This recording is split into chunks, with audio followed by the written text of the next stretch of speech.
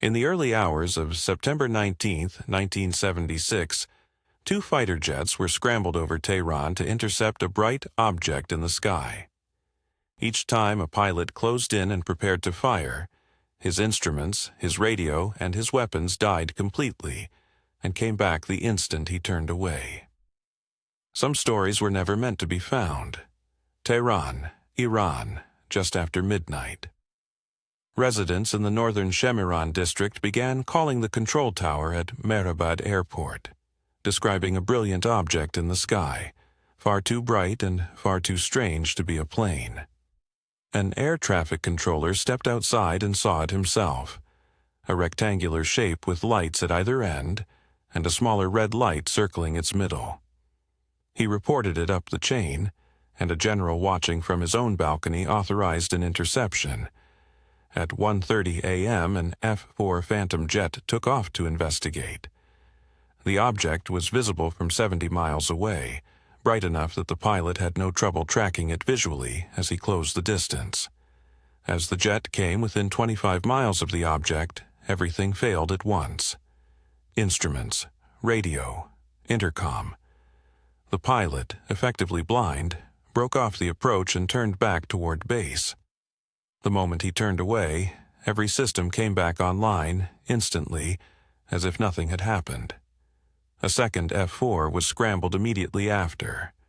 This pilot achieved radar lock on the object and closed in for a visual, describing it as intensely bright, with a rotating pattern of blue, green, red, and orange light.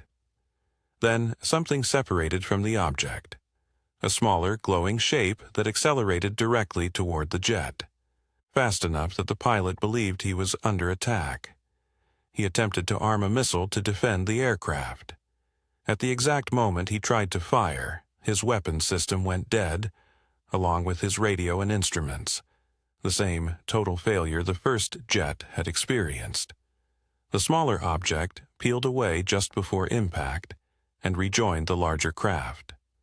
When the pilot tried a second approach, the object released another glowing fragment, this one descending rapidly toward the ground. Ground crews later flew out by helicopter to the area where the object appeared to land. They found nothing, but detected a faint, steady beeping signal, and nearby residents reported a loud noise and a flash of light the night before.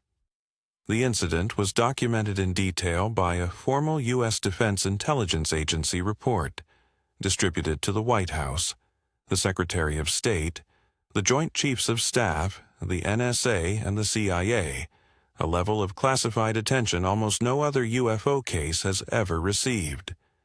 Iran's own Deputy Air Force Commander confirmed the core details directly in a later interview. Both jets had scrambled, both had locked onto the target, and both had lost nearly every avionics system on approach. Skeptics offered a competing explanation. The pilots had likely been chasing a bright astronomical body, possibly the planet Jupiter, and the instrument failures were coincidental, tied to one jet's long history of electrical problems. That explanation accounts for a stationary bright light being mistaken for something else. Jupiter was prominent in the sky that week, and inexperienced night observers do sometimes misjudge planets.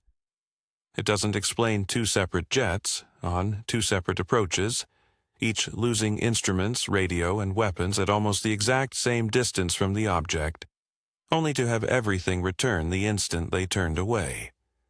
It doesn't explain the radar lock, corroborated independently by ground control, tracking an object performing maneuvers no aircraft of that era could survive. And it doesn't explain why a case built on probably Jupiter ended up classified, analyzed by 3 separate U.S. intelligence agencies, and never formally closed. Some stories were never meant to be found.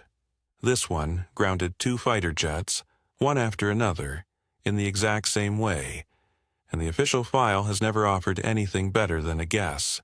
Tell me in the comments, electromagnetic interference from something we don't understand, or 2 unlucky nights for one accident-prone jet.